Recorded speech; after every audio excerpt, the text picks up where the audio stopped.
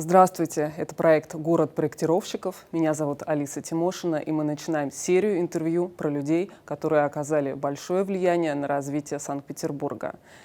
Сегодня мы поговорим с человеком, который не нуждается в представлении. Олег Андреевич Харченко, народный архитектор Российской Федерации, член-корреспондент Российской академии художеств, академик Международной академии архитектуры, член Союза архитекторов России и Петербурга. Главный архитектор Санкт-Петербурга с 1991 по 2004 год. Руководил разработкой более чем 25 планов развития отдельных территорий города. Создатель первого генерального плана северной столицы. Автор проекта западного скоростного диаметра и кольцевой автодороги. Руководил созданием таких проектов, как Международный финансовый и торговый центр на Васильевском острове, вокзальный комплекс скоростной железной дороги между Москвой и Санкт-Петербургом, проектировал Ледовый дворец. Особое место в профессиональных достижениях Олега Андреевича занимает разработка и реализация единой архитектурной концепции пространства зимних Олимпийских игр в Сочи. Олег Андреевич, здравствуйте. Здравствуйте, Алиса. Спасибо, что согласились дать интервью для проекта «Город проектировщиков». Большая честь и удача беседовать с вами, потому что ваш личный и профессиональный путь — это невероятное путешествие в архитектуре и градостроительстве. Вы застали период послевоенного восстановления страны, период расцвета градостроительных институтов, затем приняли удар перемен в перестроечное время и также испытали время большой романтики. И сейчас продолжаете быть в деле, руководите собственной архитектурной мастерской. Сегодня мы поговорим о том, как менялся город, становясь из Ленинграда Санкт-Петербургом, как менялись вы, становясь из студента-архитектора главным архитектором города, и как вы меняли этот город. Начать наш разговор я хочу с вопроса о том, как вы решили стать архитектором. Интересный вопрос. Я думаю, что на него отвечать можно коротко, вот так решил, вот решил и все. Да? Но с другой стороны, есть много людей, много обстоятельств, которые помогли этому случиться. Вообще-то я вырос в семье военного летчика, и надо сказать, что вот этот весь период средней школы с 6 до 15 лет мы прожили с семьей в Восточной Германии. ГДР тогда это называлось.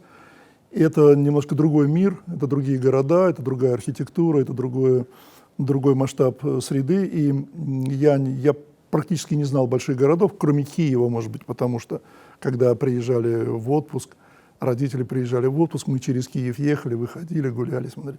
Вот, но вот эти соборы, как-то все это осталось в памяти. Когда мне было уже 15 лет, отец был переведен в Белоруссию, продолжал служить в авиации. И вот тогда я уже стал взрослым, где-то в нашем гарнизонном доме офицеров шел фильм, и перед фильмом был такой ролик, новостной ролик «Новости дня». Черно-белые были такие замечательные, бравурные такие фильмы. И в этом ролике вдруг почему-то показали открытие столицы Бразилия. Новосозданной столицы. Ну, почему я узнал потом, попозже, потому что главный автор архитектуры этой столицы был Оскар Немейер, а он был коммунистом. И, видимо, это членом Коммунистической партии Бразилии, это, видимо, было очень важно для наших властей, и, в общем, они тогда дали об этом такой анонс. Но показали архитектуру, и мне, вот на 16-летнему мальчику, это вообще настолько произвело на меня очень сильное впечатление, вот эти спаренные небоскребы, вот эти все чаши для заседаний парламента, купола, собор, там такой, это вообще все фантастическое совершенно. Абсолютно новое, то, что вы никогда нигде не видели. Да. Я пришел домой, весь такой возбужденный, и, в общем, сказал маме: «Мама, слушай, я такое видел». Ну и, в общем, рассказал, а мне сказали родители, надо сказать, что родители мне очень сильно помогли тогда. Они сказали: ну ты же умеешь рисовать. А я умел рисовать, реально умел рисовать. Я очень много рисовал по клеточкам, копировал какие-то картины из огонька. В общем, был таким мальчиком усидчивым. Мне сказали: ну попробуй ты тоже, ты же тоже можешь рисовать, но попробуй ты порисовать такую архитектуру. Ну и я начал пробовать.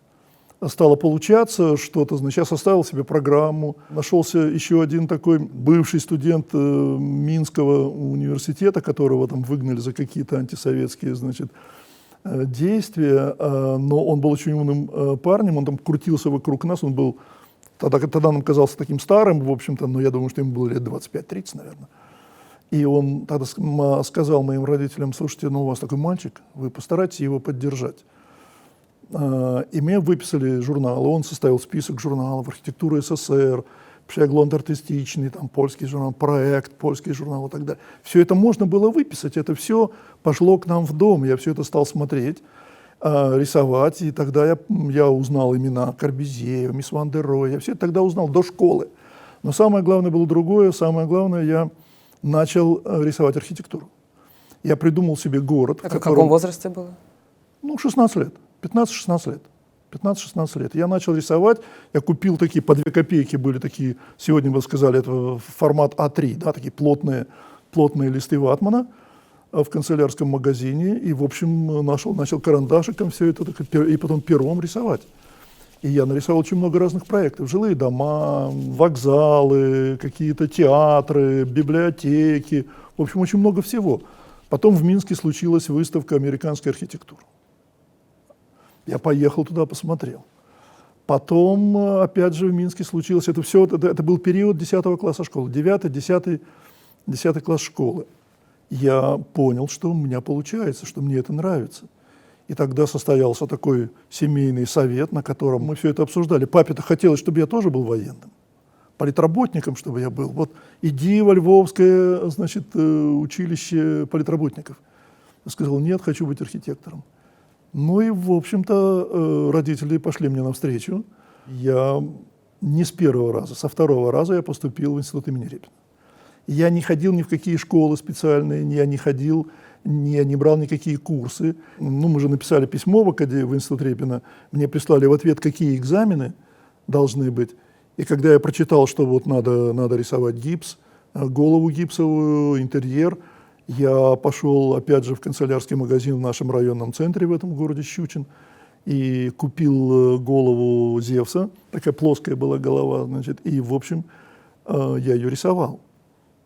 Это меня никто не учил. Я с этими умениями приехал сдавать экзамены. Я получил 3 тройки на вступительных экзаменах по искусству, потому что акварелью я вообще не умел писать. Но когда я увидел, как это делают другие, я тут же начал, в общем, подстраиваться и делать этот натюрморт акварельный. Ну и, в общем, не поступил, потому что остальные экзамены я сдал хорошо, а здесь, в общем, не прошел по баллам. И потом на второй год уже поступил. Но когда я приехал подавать заявление на экзамены, я привез вот этот альбом проектов. Специальная комиссия, которая должна была бы меня не пропустить, потому что у меня не было вот этих вот классических учебных работ, которые я должен был предъявить как подтверждение умения рисовать. У меня этого не было. Но когда они посмотрели на мои проекты, они сказали: нет, этого парня надо брать. Ну, в общем, вот такая история. Ваши педагоги были удивлены с тем, что какой насмотренностью вы обладаете, вот то, что вы перечислили? Весьма удивлены. Весьма удивлены. И город Бразилия, и выставка американской архитектуры, и то, что вы в детство провели в ГДР, так или иначе, да, это все повлияло на то, что сейчас называется насмотренностью. Были ли такие же однокурсники, как вы, или вот вы были отдельно стоящим студентом в этом отношении? Ну, хвалить самому себя, наверное, не пристало, хотя, с другой стороны, кто же тебя похвалит? Да, я был, наверное, в этом плане довольно уникальным человеком. Я могу сказать, что уже много лет после я стал профессором в этом же институте. И каждый раз, когда ко мне приходили новые студенты на новый курс обучения, они учились 2 года сначала общим потоком, а потом они 4 года учились в мастерской, в моей персональной мастерской. И когда они после 2-го курса приходили, и мы начинали знакомство, то я всегда спрашивал, а что, собственно, они знают, где они были, что они видели, знают ли они такие имена и так далее. И, в общем, я убеждался, что практически никто ничего не знает. Большая часть людей приходит достаточно случайно. умеют рисовать, но не могут поступить на живописный факультет. Вот старший брат учится архитектуре, я тоже пойду. Вот родители сказали, вот сосед сказал, что ну, туда можно пойти, и так далее, и так далее. В этом плане я, конечно, вызывал большое удивление у педагогов своей и начитанностью, и своим, ну, в общем, своим кругозором в области архитектуры. Получается, что вы вдохновились примером города Бразилия. Это новый город, который впервые появился как столица этой страны. И когда вы уже стали проектировать реальные объекты, когда вы пришли в институт Ленпроект, Да. как это произошло? Я ведь сначала пошел не в Ленпроект. Сначала по распределению я попал в другой институт, который назывался ЛГПИ. И я туда попал действительно по распределению, потому что мне мой педагог Александр Яковлевич Мачерет рекомендовал пойти туда. Он сказал, знаешь, не ходи никому с громкими именами, и в Ленпроект тоже не ходи. А пойди вот туда, поскольку там архитектурные отделы небольшие, там у тебя будет возможность довольно быстро вырасти и проявить себя. Но самое главное, что это, в общем, институт, который занимался так называемой промышленностью по производству приборов, бортовая аппаратура. В общем, под этим шифровалось все, что связано с авиацией, с космосом, с ракетами там, и так далее. Они проектировали вот эти предприятия, на которых все это производилось. Но им нужна была архитектура, потому что предприятия безвредные, и их размещали в городских, ну, в пределах городского пространства. Даже гордились этим многие, так сказать, города, когда у них появлялись такого рода производства, чистые производства. Я туда пошел, но я проработал там всего год. После этого попал в армию. Год отслужил в армии, здесь служил на Пулковских высотах. И уже после этого меня к себе пригласил мой бывший учитель Петр Сидорович Юшканцев, который только получил тогда мастерскую в Ленпроекте. Он охотился за мной, мне вызванивал меня, ему очень хотелось, он знал, каким я был студентом, и ему очень хотелось заполучить меня в качестве такого своего ценного работника. Ему это удалось? Ему это удалось, но надо сказать, что это взаимно. Во-первых, он был очень молодой, он был яркий, он был интересный, современный архитектор, динамичный очень. Во-вторых, он был руководителем мастерской, которую специально создали в Ленпроекте по теме, которая тогда начала подниматься очень сильно, потому что город вдруг обнаружил, что у города большие отставания в обеспеченности населения койками больничными. И такая программа была. В это время строили довольно много больничных центров, поликлинических центров всевозможных, тематических, по разным направлениям. Тогда уже была одна такая мастерская в Ленпроекте, одной не хватало, и была создана еще вторая, потому что были очень большие программы. Надо сказать, что это было такое время интересное именно тогда, когда город планомерно начал вот эту отрасль поднимать, потому что показатели на общем фоне страны или, там, скажем, европейских городов были не очень хорошие. И вот тогда мне повезло, там было очень много работы. Чем вы занимались в этой мастерской? Первая работа, которая самая большая работа в области медицины, это Институт травматологии имени Вредена. Он построен, не полностью построен, но, в общем, он построен на Гражданке, в пойме Муринского ручья. Я занимался больницей Свердлова, я занимался больницей персональных пенсионеров в Зеленогорске. Интересный проект был, неожиданный проект был, так, стоматологическая поликлиника. Была такая идея построить такую стоматологическую поликлинику, которая обслуживала 250 тысяч жителей. И я ее сделал такая квадратная, с круглым окном. Первая была на Будапештском проспекте, ее наверняка многие знают, она до сих пор стоит. А потом она оказалась очень удачная, и Горздрав, в общем, сказал, давайте нам еще. И, в общем, в итоге мы построили 7 таких поликлиник по городу. Но это были не типовые проекты, это были как бы проекты повторного применения. Ну, а самым интересным, наверное, проектом этого периода был проект кинотеатра в Колпино, двухзальный кинотеатр в Колпино. Дело в том, что Петр Сидорович Юшканцев до получения, до приглашения на свою должность руководить 14-й мастерской был главным архитектором проекта во второй мастерской. Он начинал работать над вот этим двухзальным кинотеатром. Это была такая программа. В городе появилась программа «Построим-ка мы в городе». В общем, вот мы строили до этого большие, огромные кинотеатры. Ну, вы знаете, их там 11 штук построено. «Прибой», «Меридиан», «Максим».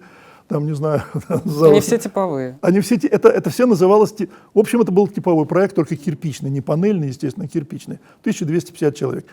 Но, в общем, управление кинематографии города сказала: слушайте, ну большие они кинотеатры, нам их сложно заполнять, вариабельности никакой нет. Вот идет один фильм, вот и мы вынуждены его крутить. А давайте нам многозальные кинотеатры. И была разработана программа тогда строительства таких кинотеатров, и они появились тогда в Кронштадте, еще где-то. И вот для Колпина было решено построить для Колпина. И Петр Исидорович Юшканцев, переходя в эту 14-ю мастерскую, сказал: я перейду при условии, что мне отдадут со мной этот кинотеатр. И когда я к нему пришел, он мне говорит: слушай, знаешь, здравоохранение здравоохранением, больницы больницами, но давай с тобой попробуем сделать этот кинотеатр. И мы его сделали, он построен. Его можно посмотреть, он такой брутальный, интересный, красивый. Он называется «Подвиг». Это связано с тем, что вообще вот в Колпино, а Колпино — это, собственно, город, в котором в основном живут люди, работающие на Ижорском заводе. Колпино, Ижора — это вот синонимы такие. У них вот этот подвиг Ижорского батальона и вот этот блокадный период, Вторая мировая война, Великая Отечественная война, и провели конкурс на название кинотеатра. И потом нам прислали, сказали, что вот большинством голосов жители Колпина сказали, что кинотеатр должен называться «Подвиг». Соответственно, архитектура его должна быть такая вот, отражать это название. В общем, нам удалось, мне кажется. Несмотря на то, что западный скоростной диаметр не имеет съезда в этой части города, на Петровском острове, здесь появились инфраструктурные проекты, которые стали визитной карточкой Санкт-Петербурга. Это «Зенит-арена», это пешеходный мост. Ранее здесь располагался стадион Кирова. Поскольку мы обсуждаем проект НИИ проекта, стадион Кирова — это значимый объект советского градостроительства и советской архитектуры, поскольку даже сталинская премия была получена. Да. Но он не так долго просуществовал, в районе 50 лет. Не только стадион Кирова просуществовал не так долго. В нашем городе есть еще объекты, которые подверглись преобразованию, концертно-спортивные объекты. Как вы думаете, почему именно объекты советского наследия, связанные со спортивной инфраструктурой, они, получается, быстрее устарели, чем даже жилье? Не только спортивная инфраструктура устаревает, и больницы, например. Но, понимаете, советское время – это время жестких норм, когда государство устанавливало определенные нормы, понимая, что ему за все придется платить. Не было же никаких инвестиций, так называемых, коммерческих инвестиций, все это шли бюджетные деньги. Поэтому экономили на чем могли. И стадионы, и больницы, и торговые центры, и гостиницы строились по каким-то таким очень жестким стандартам. И когда появилась эта новая жизнь с новой экономикой, когда стали искать соответствие между теми технологиями, которые есть, скажем, все на Западе и у нас, в общем, появлялось понимание того, что разница существенная. Поэтому, в общем, они умирали. Был такой проект Институт ГИДУФ, который тоже проектировался как на гражданке. Он строился, его начали строить, его почти завершили, и он так стоял. Началась перестройка, в общем, его не завершили, а потом стало понятно, что, в общем, и не завершить, потому что он весь настолько обжат, настолько там узкие коридоры, его, в общем, снесли полностью. Ну, с точки зрения комфорта зрителей, это совершенно две разные вещи, да, ну, стадион конечно. Кирова и... Ну, а потом он же был открытым, вы же понимаете, там даже галерея, которую там предусматривали, которая должна была хоть как-то накрывать трибуны, она отсутствовала. А что такое стадион был Кирова? Это по существу такой земляной вал, с одной стороны обработанный газоном и дорожками, а с внутренней стороны обработан трибунами. Там было небольшие помещения для VIP-персон с одной стороны, а с другой стороны были сооружения, которые были врезаны в этот холм. И, в общем, там были администрация стадиона, какие-то помещения для спортивных занятий там, и так далее, для футбольных команд. Ну, собственно, и все. А это же совсем другая ситуация. Это совсем другой стадион, совершенно другой. Это совершенно другая эпоха, я бы сказал. Ну, как вы считаете, вообще вот это новое место, новая визитная карточка Санкт-Петербурга, она, можно сказать, с мирового масштаба с точки зрения инфраструктуры, с точки зрения подхода к организации? Я думаю, что даже больше, чем мировой масштаб, потому что уж если за что мы беремся, то мы это вот так вот делаем. Я объехал очень много городов мира, и спортивных столиц, и спортивных комплексов, и особенно олимпийских в свое время. Такого масштаба нет, как правило. Вообще нет. Естественно, на Западе спорт культивируется, естественно, там есть бейсбольные арены крупные, есть футбольные стадионы, безусловно. Но этот, конечно, затмевает практически почти все. Вы проектировали в 14-й мастерской те объекты, которых не было в Ленинграде до этого. Да. Не было больших больниц, не было вот такого формата кинотеатров. Было ли у вас ощущение, что вы в неком авангарде проектирования, что вы на пике инноваций, что вы создаете те объекты, которых не было раньше? Здесь можно вам подыграть и сказать, что да, конечно, было. На самом деле... Олег Андреевич, в контексте панельного домостроения. В контексте вопрос. панельного домостроения, безусловно. Безусловно, потому что для архитекторов, но это я уже узнал потом, когда пришел, собственно, в Ленпроект, и когда понял, что существуют вот эти вот магистральные, так называемые, мастерские, в которых гонят панель, типуху, а есть мастерские, в которых, мастерские, которые занимались спортом, проектировали гостиницы. То есть там, где какой-то индивидуальный подход из-за конфигурации участка, из-за, так скажем, определенной совершенно функции общественного здания. Третья мастерская Ленпроекта, скажем, мастерская Жука, она проектировала концертный зал «Октябрьский». Мы проектировали больницы, они никогда не были панельными, они всегда строились из кирпича. И это позволяло пропорции выискивать, потому что когда ищешь пропорции в кирпиче, то в кирпичном здании то всегда можно чуть-чуть продлить, чуть-чуть где-то там и так далее. Но вместе с тем нужно понимать, что все равно технологии строительства были очень ограниченные. Они определялись исключительно технологическими возможностями глав Ленинградстроя. Исключительно. Размеры панели перекрытия, лестничные клетки, лестничные марши, вентиляционные блоки, столярка, оконные проемы, дверные и прочее, прочее. Все это было абсолютно типовым, это все производилось в массовом порядке, и всегда мы должны были именно это использовать. Другого варианта не было. Да, собственно, и кирпич-то был одного типа.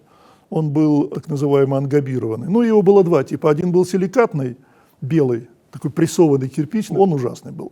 Второй был из глины, и он так ангабировался. Его покрывали специальным таким светлым, уже напыление было, ангоба, вот этот слой такой. Его напыляли на красочный слой и запекали. И он так как бы становился одним целым с этим кирпичом. На самом деле, конечно, он шелушивался, кирпич терял потом эту форму. Потом, попозже, появился красный кирпич. Комбинат «Победа» кирпичный стал выпускать красный кирпич лицевой. Красным кирпичом все тогда увлекались. И много интересных сооружений в нашем городе построены именно в этом красном кирпиче. И надо сказать, что наиболее острые проекты того времени, они именно в Ленпроекте разрабатывались.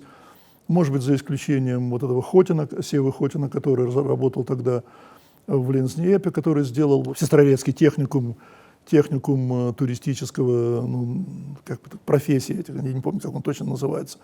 Но наиболее интересные работы того времени – это здание гидропроекта, здание института Боч-Бруевича имени на улице Попова. Это все проекты красного кирпича. Мой кинотеатр в Колпино тоже из красного кирпича, причем такого фасонного. Поэтому в этом смысле, конечно, использование кирпича давало определенные преимущества по сравнению с другими проектами. И преимущество той мастерской, в которой вы работали, помимо этих возможностей материалов, в любом случае для молодых специалистов было интереснее проектировать что-то общественного характера, используя разные новые формы, чем панельные стандартные серии. Безусловно, безусловно, безусловно.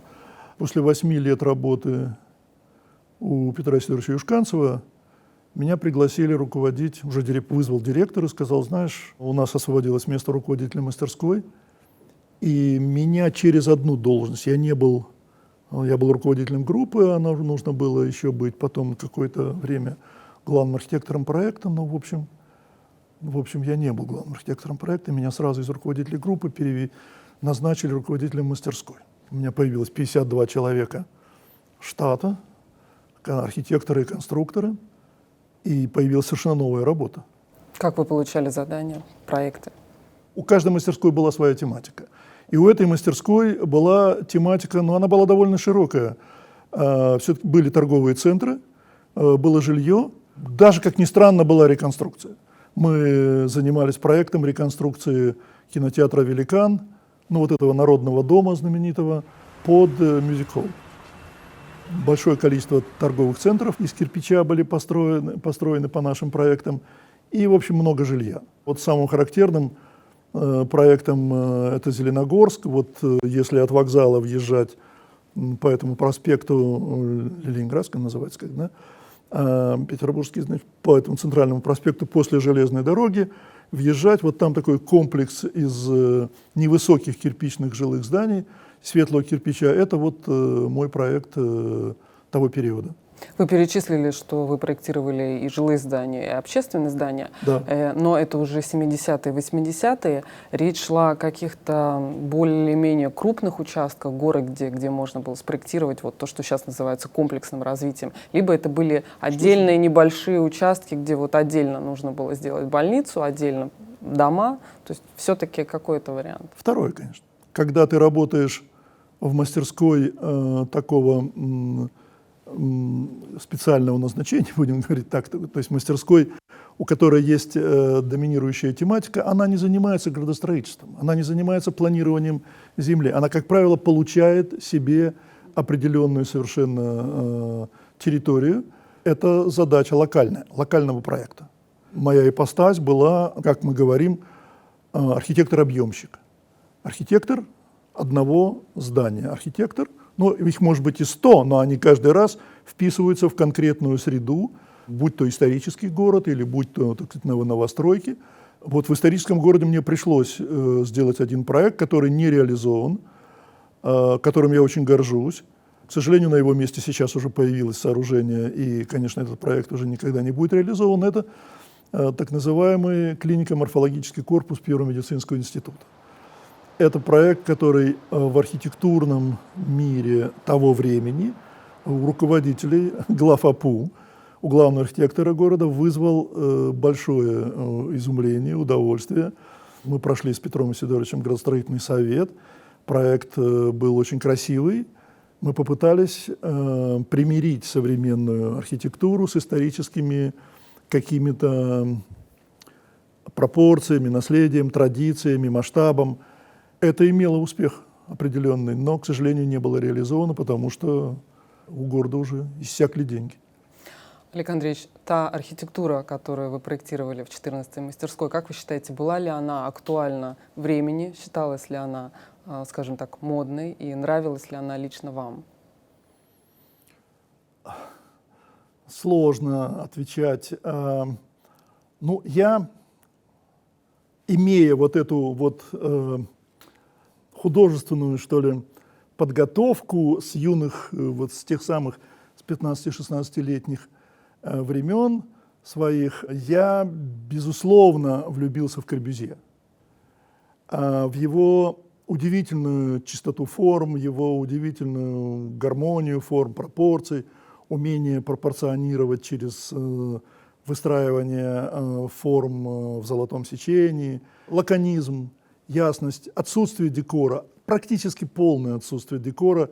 Но тогда это были красивые, очень мощные, очень, как мне казалось, правильные лозунги.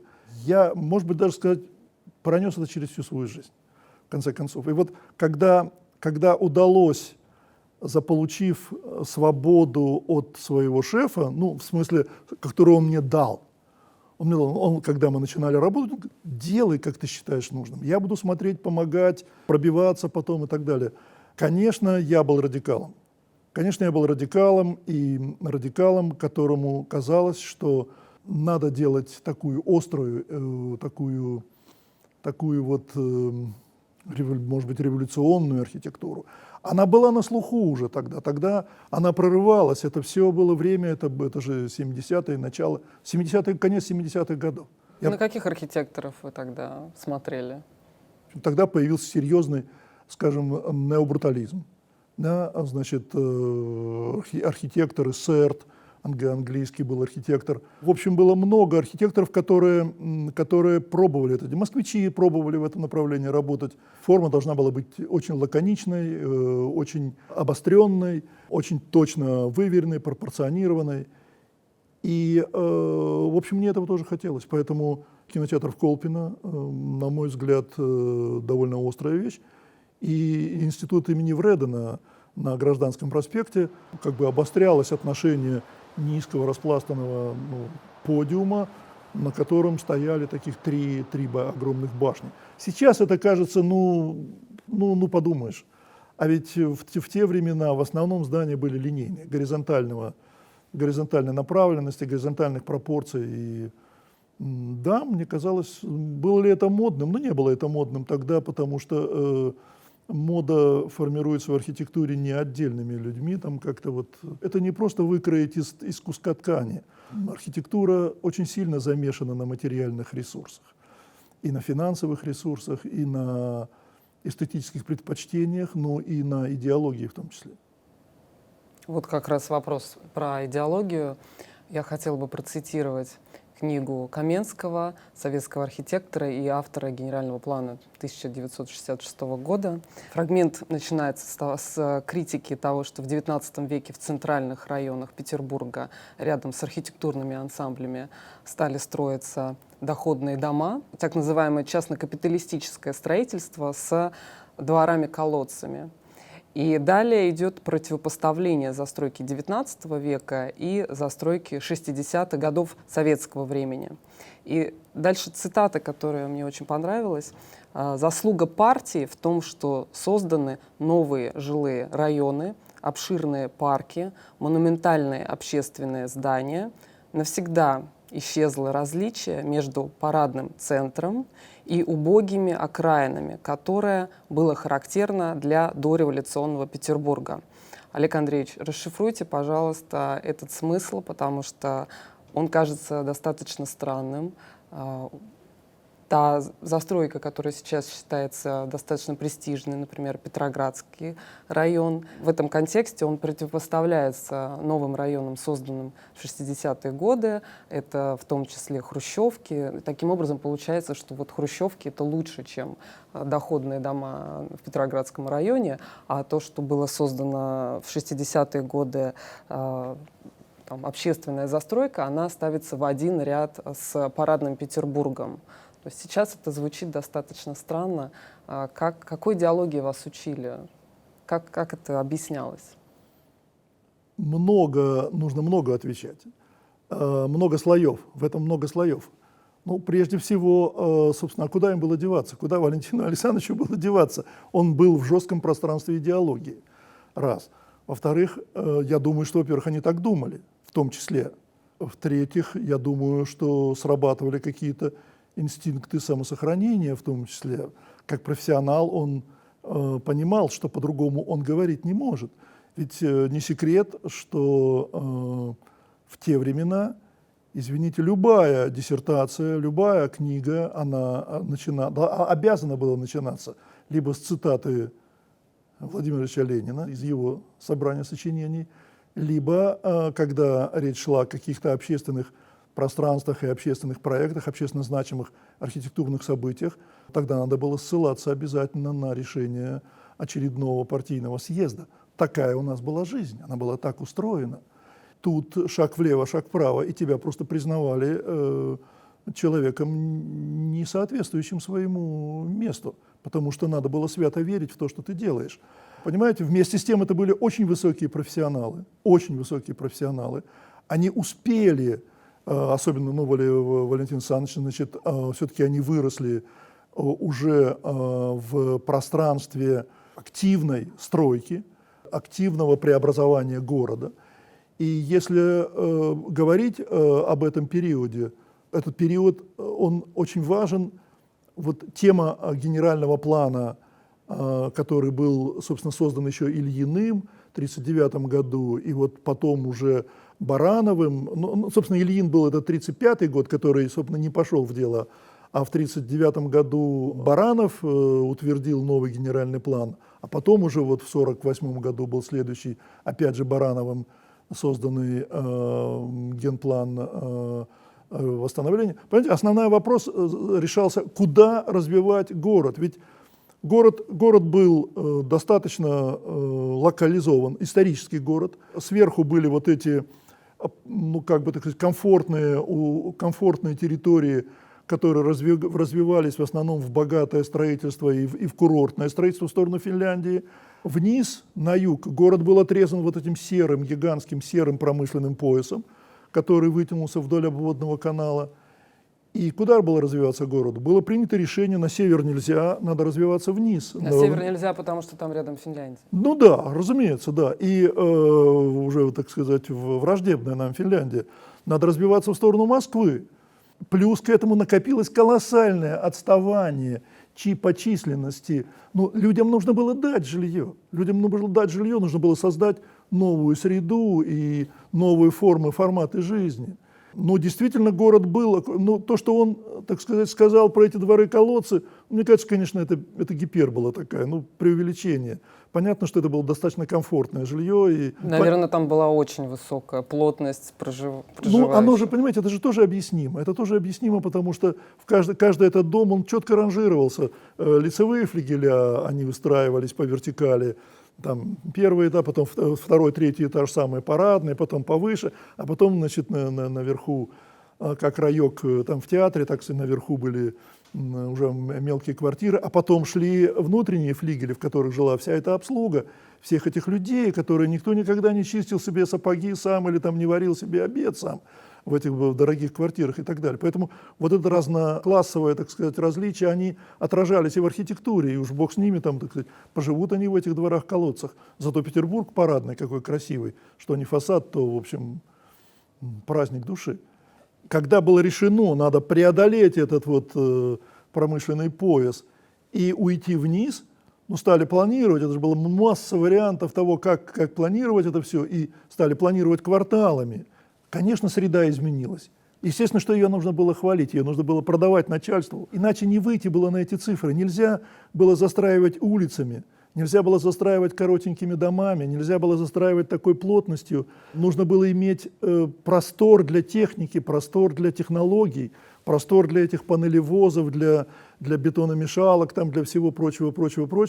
Поэтому и дома так стали ставить штучно, на расстоянии друг от друга. А сколько было разговоров по поводу зелени, по поводу того, какие там будут проспекты великолепные и так далее, и так далее. Но как по этому ходить, как в этом жить, это было довольно сложно.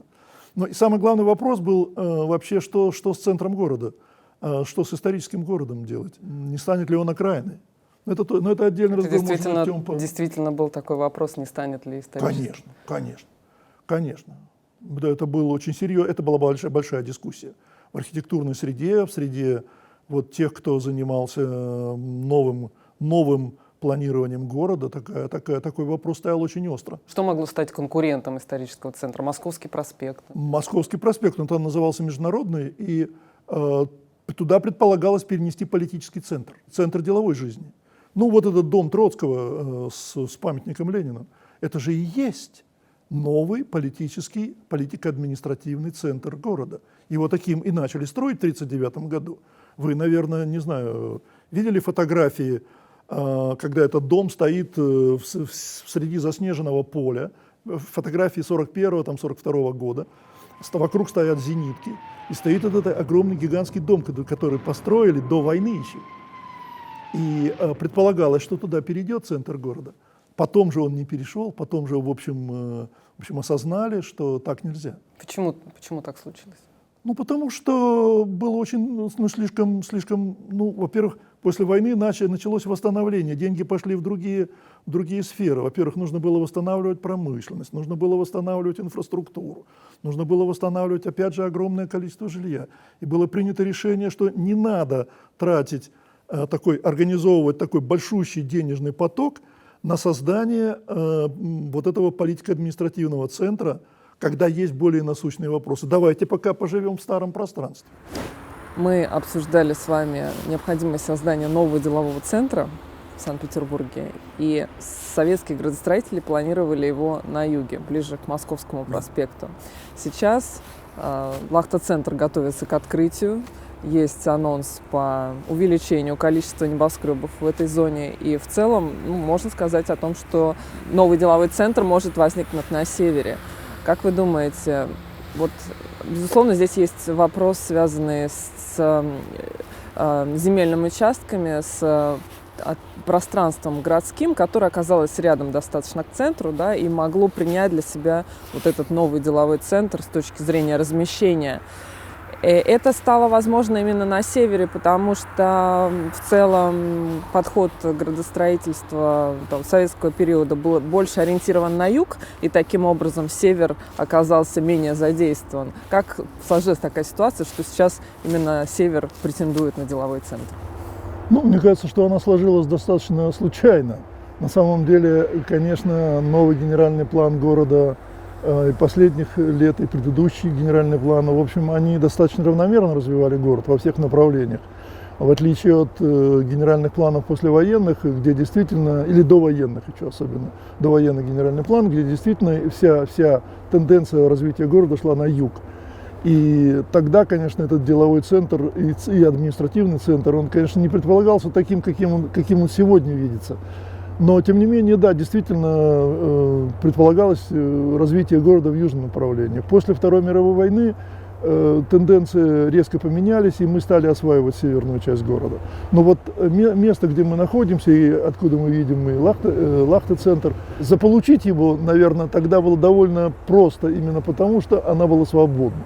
Это был большой участок, который был достаточно свободен, обеспечен хорошим подъездом, с хорошей связью с городом, и уже тогда, в общем, здесь пролегало проектное решение, и частично было реализован вот этот западный скоростной диаметр. Поэтому, собственно, вот эта башня, как единичная башня, она была размещена здесь, ну вот по обстоятельствам возможностей.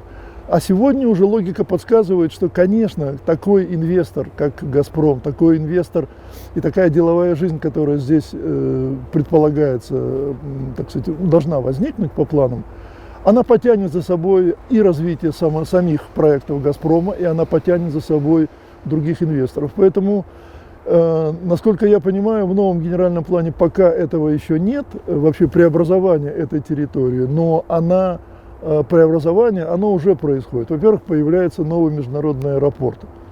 Да, и он уже строится, и тоже где-то через год он, наверное, будет, в первую очередь его будет сдана. Поэтому, скажем, обеспечение деятельности Лахта-центра и будущего такого даунтауна, делового центра, как Москва-Сити, и как они есть и в Лондоне, такие комплексы, когда бизнес собирается вместе и образует такой кластер. Это не за горами, мы это еще увидим, думаю, при нашей жизни здесь еще появятся сооружения. И я думаю, что, конечно, это не должно уже дальше быть стихийным. Потому что вот сейчас очевидно, что еще пока стихия торжествует, и пока есть такой вот выбор, а давайте это сделаем, а давайте это сделаем. Все это должно быть решено в генеральном плане, безусловно. И, наверное, генеральный план должен, новая сетка улиц, новое, так сказать, функциональное использование территорий, должно быть наложено, к сожалению, и на сам населенный пункт Лахта. Либо за счет какого-то намыва новых территорий, ухода в залив. Но он будет здесь, потому что, конечно, такая мощная транспортная ситуация, как западный скоростной диаметр, связь с аэропортом, с одним, со вторым, связь с городом, все это подсказывает, что здесь это возникнет, безусловно. Олег Андреевич, это был период работы на невероятных скоростях. За 10 лет, с 60 по 70 год, в Ленинграде было построено 2,5 миллиона квадратных метров нового жилья. И, конечно, это было панельное жилье. Расскажите, пожалуйста, подход в проектировании панельного жилья, который был вот тогда, в 50-х, 60-х, на больших скоростях, как этот подход уже изменился в тот период, когда вы работали в Ленинпроект, потому что проектирование типовых жилых объектов продолжалось, но уже изменился характер этого проектирования, может быть, изменились задачи. Принципиально ничего не изменилось, кроме размеров, высотности, ну и, наверное, добавились какие-то новые технологии.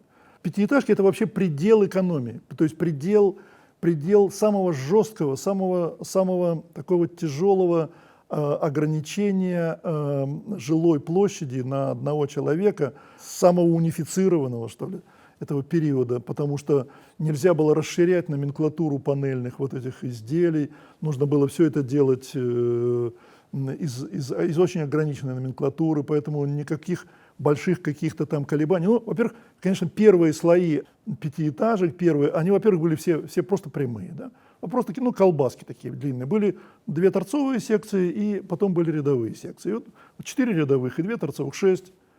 Можно было побольше, можно было покороче. Нельзя было даже изогнуть, потому что не было таких панелей. И лифты не делали. Почему? Потому что рассчитали высоту этажа так, вот высота 5-го этажа была 11 900 от первого этажа. И это по нормам допускало, ну, были советские нормы, которые тоже придумали, которые тоже ввели специально для этого, что, в общем, жители этих пятиэтажек, ну, еще в достаточно комфортных условиях могут подняться на эту высоту, поэтому лифта им не нужно. Следовательно, можно упростить и геометрию зданий, комнаты, размеры комнат, высота этажа вот этого 2,40 или 2,50, это все было взаимосвязано. Позже появились новые серии, появились новые нормы. Ну и, конечно, в высоту начали расти, и уже начали добавлять лифты. Потом сначала это были до 9 этажей, уже лифт появился 1. Потом, значит, появились нормы и так далее. 12 этажей уже 2 нужно обязательно лифта делать. Обязательно нужно делать незадымляемую лестницу, там через воздушный шлюз, там и так далее, и так далее. Потом появились разные типы конструкций. Самая основная проблема вообще вот этого панельного домостроения – это теплотехнические свойства несущих стен. Потому что, с одной стороны, хорошо было бы, чтобы они были полегче и потоньше, с другой стороны, понятно, что у них есть, так сказать, ну, проблема промерзания. Если они тяжелые, значит, они промерзают быстро, но зато они прочные. Если добавлять туда какой-то ячеистый бетон, то они становятся легче, но они несут меньше. Стали комбинировать, стали вот этот тяжелый бетон делать только внутрь, оставлять, так называемые поперечные несущие стены. А наружу стали делать из легкого бетона стены навесные. Потом появилась тема, вот 137-я серия посвящена была тому, что надо укрупнить модуль. Ну сколько можно жить вот в этих вот крошечных комнатках? Надо укрупнить модуль, значит, потому что сначала все проектировали в модуле 60 сантиметров, потом стали проектировать в модуле 1,20 м. Война была на самом деле, когда в Петербурге война с политиками была, с экономистами война, потому что когда в Петербурге ввели вот 137-ю серию, пытались ее внедрить, потому что как прогрессивную, как очень такую инновационную, которая давала и новые фасады интересные, и давала новые размеры квартир, сосчитали, что, в общем, есть избыток определенный, что такие квартиры слишком жирно раздавать избыток бесплатно. Площади квартиры. Да, площади квартиры. Это там единичка стала чуть больше, двушка стала еще там на 6 метров больше, там, чем хотелось бы государству. Оно же все это бесплатно распределяло. Я помню от своих старших товарищей рассказы о том, что да, ездили в госстрой пробивать эту 137-ю серию, и в госстрой сказали: ладно, хорошо, внедряйте, но да, мы тогда вам урежем вот здесь. Ну, вот такая торговля вышла, в общем, тогда это было. Это на самом деле было. Но вот Ленпроект из этих, собственно, серий, их было 4 разнообразных. Газобетонная серия была, серия 504 серия из вот этих вот поперечных. Появились новые типы секций, потому что стали появляться стыковочные секции. Во-первых, секции трехлучевые, секции Т-образные, секции Г-образные. Да, они стали внедряться. То есть появилась технология, позволяли на вот этих домостроительных комбинатах все-таки вот эту номенклатуру изделий увеличить. Мы с вами очень углубились во все это дело. Я уже, так сказать, рассказываю вам, мы с вами почти технологи уже стали. Да? Ну, вот это все, мы сейчас все узнаем про типовое домостроение. Но на самом деле закончим на том, что, конечно, Ленпроект в основном собирал кварталы именно из этих домов. И там был один трюк, который назывался эффектом главного архитектора. Это Геннадий Никонорович Булдаков, наверное, Каменский, мои предшественники, Сергей Иванович Соколов. Это трюк так называемый, когда магистральные дома, которые должны были стоять на магистралях, они закладывались в кварталы как дома индивидуального проектирования. Ну, почему? Потому что панельное домостроение, как правило, не допускало, чтобы первый этаж был встроенный. Не умели делать. Либо было очень дорого, надо было делать монолитный первый этаж на монолитных конструкциях, а потом на него ставить панели, что было довольно сложно. И в кварталах такие дома могли строиться, но вот на магистралях, собрать магистрали, окружить магистрали шумные, там, значит, или по которым должны ходить люди, останавливаются троллейбусы и так далее, собрать их из панельных домов, у которых первый этаж тоже жилой, ну, совсем не годится, ну, это несерьезно, правда? Поэтому всегда закладывали дома индивидуального проектирования вдоль магистрали. Формировали из них площади, формировали какие-то акценты из них. Иногда получалось так, что сдавали квартал, а магистральных домов еще не было. А панельки уже все были построены, и туда запускали людей, люди уже начинали жить. Позже начали их строить, люди начали протестовать. Как же так? Вот у нас тут был садик-огородик, а теперь вот дом начинают строить и так далее. Ну вот это вот такое было время. Проектирование типовых жилых объектов продолжалось с конца 50-х годов до перестройки, практически 30 лет, и все это время строили новые и новые панельные жилые дома, чтобы обеспечить ленинградцев достойным уровнем проживания. И все равно квартир не хватало. Да. Вот такой вопрос. Архитектор, молодые архитекторы, семейные люди, сотрудники Ленний проект, которые, скорее всего, нуждались в жилье, в новом жилье комфортном не меньше, чем все остальные жители города, могли ли они претендовать на квартиры в тех домах, которые они проектируют? Ну, должны же быть какие-то бонусы профессии. Слово «бонус» тогда не было такого слова, никто его не знал. Понятно, что с одной стороны были общие правила. Нельзя было их просто вот так в открытую обойти. Если ты проживаешь с семьей вот в квартире, в которой на каждого члена семьи там меньше 6 квадратных метров, ты имеешь право встать на общую очередь. Пожалуйста. Дальше существовала категория этих очередников, инвалиды, там, ветераны войны, значит, герои там, и так далее, народные всякие, там, ну, прочее. Ну, очень много, их там 40 с лишним этих очередей было разных категорий. И среди них архитекторов не было. Но всегда существовало тогда же параллельно вот с этими законами, с этими всеми правилами, с этими открытыми какими-то комиссиями и так далее, всегда существовало телефонное право. Всегда существовала возможность за кого-то породить через главного архитектора, через какие-то связи с застройщиком, с так называемым главфуксом, могли получить квартиру. Особенно, если речь шла, конечно, о кооперативной квартире. И сложнее было получить бесплатную, а уж если ты за свои деньги, то, конечно, тебя могли там как-то. Вот я, например, жил в коммунальной квартире, и у нас была комната 21 квадратный метр. Вернее, 20-65. И, в общем, получалось, что если поделить на троих, то, в общем, получалось чуть-чуть больше, чем вот эта санитарная норма. И я не мог претендовать на это, на кооперативную квартиру. Сколько вы ждали? Ну, ждал несколько лет. Но потом, в общем, набрался храбрости и пошел к начальнику АПУ, глав АПУ, и попросил, и, в общем, он сказал, ну, конечно, попробуем тебе дать. Куда-то позвонил, поручил своему помощнику, куда-то позвонил в комиссию, все, и меня продвинули по очереди. Ну, в целом, неплохие возможности для молодых специалистов предоставлялись тогда. Ну, в общем, да. Если сравнивать с 60-ми, то, наверное, это такой невероятный сценарий, потому что в первую очередь квартиры давали сотрудникам производств, ну и в целом, да, государственная политика была нацелена на обеспечение именно этой отрасли, а в 70-е, 80-е уже изменился вектор. Нужно понимать, что вообще формирование программы застройки города, оно всегда происходило не по эстетическим категориям, не по категориям гуманитарным, гуманистическим.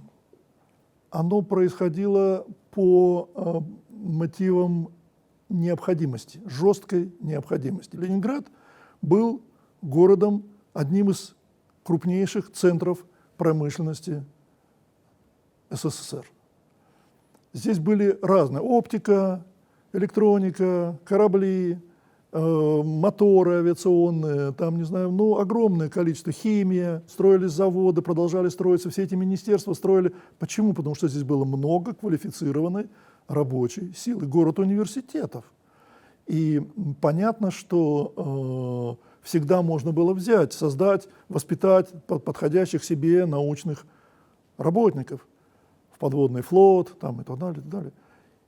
Но всегда существовали еще рабочие, всегда нужно было еще находить людей для милиции, для здравоохранения, так сказать, и так далее, и так далее. Где их брать? Их надо завозить.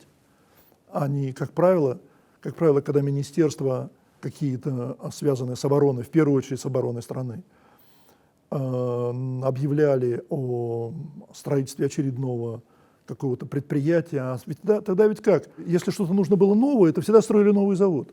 Тогда никто не переводил старый завод на новые рельсы. Как правило, со старого завода, который производил что-то, с него не снимали народно-хозяйственного плана. Для этого просто строили новый завод. Нужна лунная программа? Ага, будем строить вот 3 новых завода для того, чтобы вот то-то, то-то, то-то. Нужна новая ракета? Будем строить новый завод по ее производству, новое КБ будем строить и так далее. И нужны были строители, нужны были работники, нужны были разработчики и так далее, нужны были заводчане. Нужны были врачи, учителя, милиционеры, водители троллейбусов. И это все завозилось в город. 15-20 тысяч человек в год завозилось в Петербург, в Ленинград, и должно было расселяться. Поэтому это формировало основной костяк тех, кому вообще, на кого, собственно, и рассчитывалось новое строительство.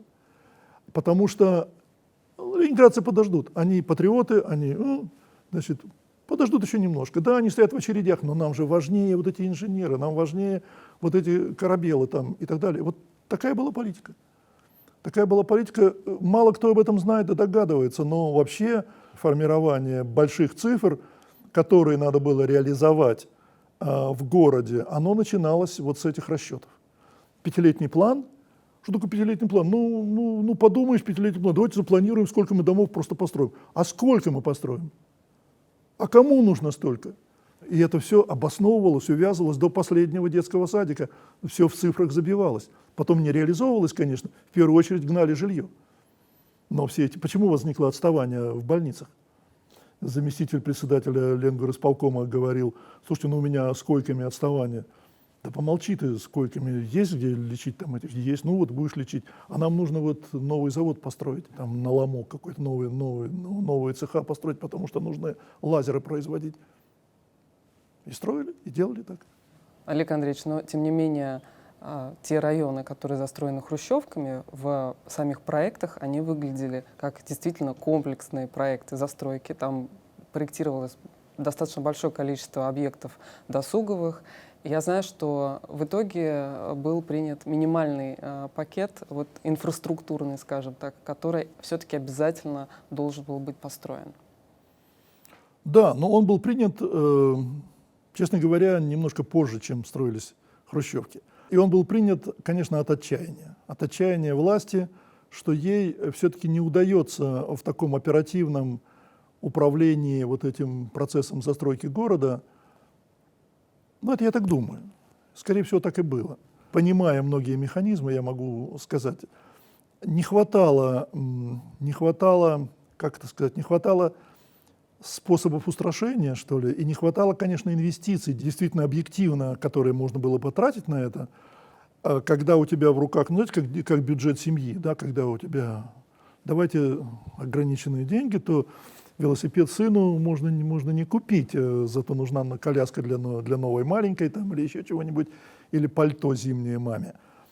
А также и здесь, когда строили мало, то удавалось как-то сопроводить вот эти кварталы минимальным набором соцкультбыта, то, что мы называем. Да? То есть это детские сады, это школы, это торговля и это медицина. Это вот тот социальный пакет, который, даже медицина перед торговлей, который, в общем, нужно было, чтобы он был, ну, рядышком в пешеходной, что называется, доступности.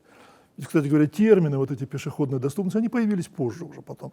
И где-то в 80-е годы, в начале 80-х годов все-таки тогда вот еще здравствующая партия принимает какое-то очередное постановление о том, что железно совершенно теперь вот железно составляется минимальный набор, чтобы преодолеть отставание, опережающими темпами будут финансироваться как раз вот эти самые школы и детские сады.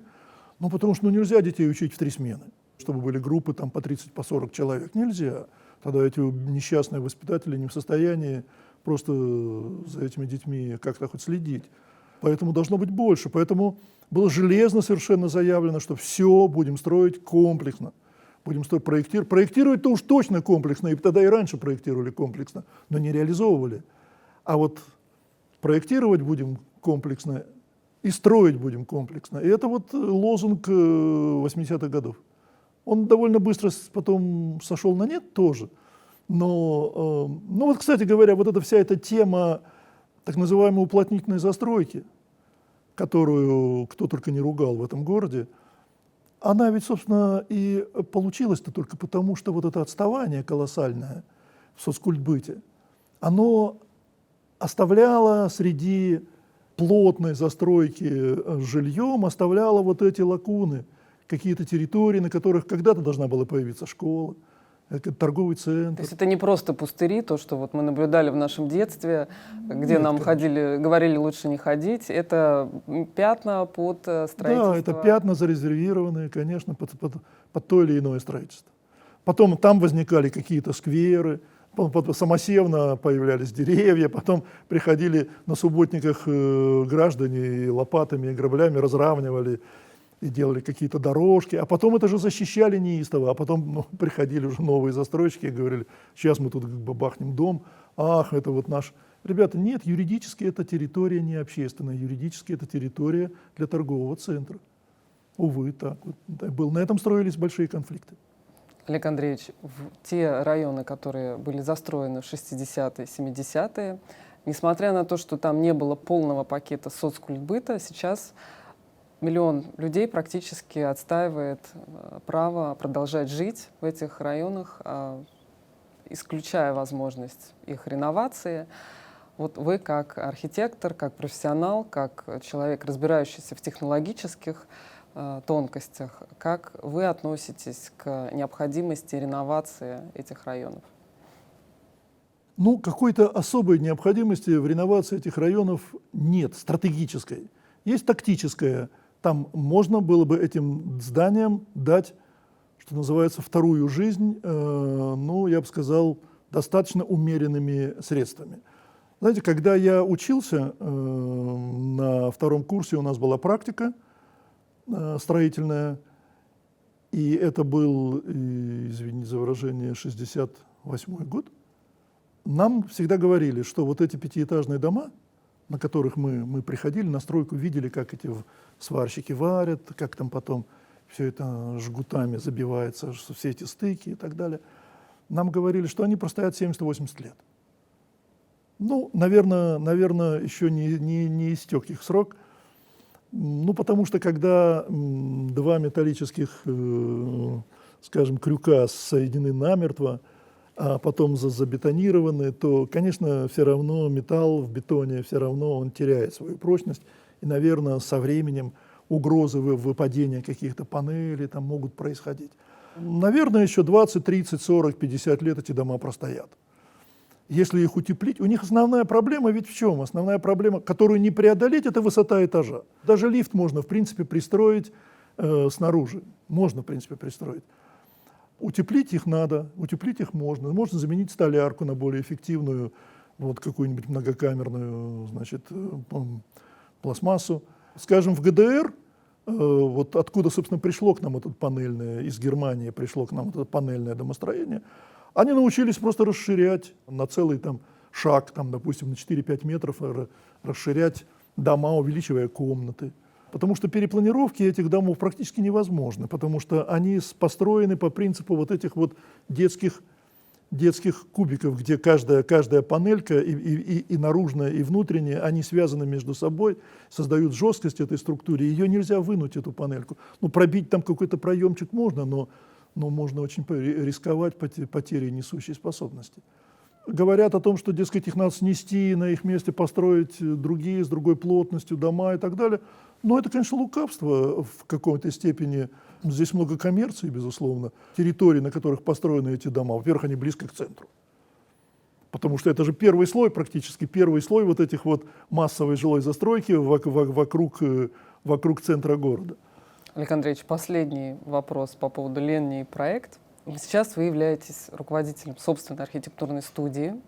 И если сравнивать эту работу с работой в таких крупных компаниях, проектных институтах, как Ленни и проект, были ли тогда в советское время какие-то преференции, бонусы, хорошие, приятные черты работы для архитекторов, которых нет сейчас?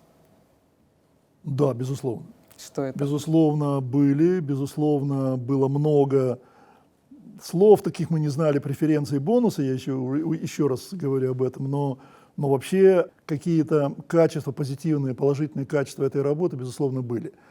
Если говорить о таких моментах, как, так сказать, атмосферные моменты, безусловно, это присутствовало вот что. Все были равны социально, материально были равны примерно. Все как-то по-доброму относились друг к другу, по-моему. И, как правило, собравшись в какой-то коллектив, все понимали, что вот они в одной лодке, и с этой лодки сложно куда-то удрать, потому что, в общем, удирать-то, собственно, некуда. Вокруг море, идеологическое, вязкое, там, так сказать, и так далее, и другого не будет варианта. Надо работать здесь, в этой среде, так, чтобы, в общем, попробовать доставить удовольствие себе и попробовать доставить удовольствие своим друзьям. Были такие моменты в жизни, праздновать дней рождения, празднование вот этих вот коллективных праздников 23 февраля, 8 марта. Это всегда праздновалось пышно, это всегда замечательно, проявлялись чудеса изобретательности и так далее, и так далее. То есть вот эта социальная жизнь, она была, конечно, очень интересная. Утренние чаепития, рассказы о том, где кто что видел и так далее. Самое главное, молодые на этом учились, потому что когда ты сидишь, конечно, работали в больших помещениях, когда ты приходил туда работать, ты знал прекрасно, что тебе нужно подчиняться, и тебе нужно учиться у того, кто постарше. Старшие учили доброжелательно, как мне кажется. И, в общем, когда все собраны вот в эту команду, и когда у каждого появляется возможность проявить себя, то появлялась возможность, как-то проявить себя, выделиться. Появлялись возможности так называемых вот этих вот вертикальных лифтов, потому что начальству же всегда нужно на кого-то переложить часть ответственности, выбрать кого-то, кто пойдет в рост там, и так далее, и так далее. Это все было в этих институтах. Любой проектный институт того времени – это была многопрофильная проектная организация. Там были свои конструкторы, свои инженеры, свои водопроводчики, там свои светотехники, свои металлисты, свои технологи, и все было свое, все были рядом. И все были на очень достаточно доброжелательных отношениях. У всех был единый план выпуска проектов, который железно соблюдался. В общем, это было здорово. Сегодня мы не имеем такой ситуации. Сегодня любая архитектурная мастерская – это либо исключительно архитектурная мастерская, либо, если она уже такая развитая, если у нее много заказов, она может позволить себе содержать собственных конструкторов. Это максимум, что, в общем, есть в кооперации. Как правило, все остальные смежники, технологи, инженеры и так далее, это сторонние другие организации, как правило, у которых свои собственные планы, свои представления о цене там, и так далее, и так далее. Вот. Но и сегодня еще, конечно, в пространстве проектирования очень много так называемых проектных фирм, производителей оборудования. Например, лифты делают сами. Там, скажем, вентиляторщики, которые производят кондиционеры, они делают проекты сами. Скажем, те, кто производят окна металлические там, или пластмассы, они сами это разрабатывают. Архитекторы, это, как правило, только дают задания на, так сказать, геометрию, на размер проема и на какую-то, так сказать, архитектуру членения, все остальное делается. Раньше мы все это делали в Ленпроекте.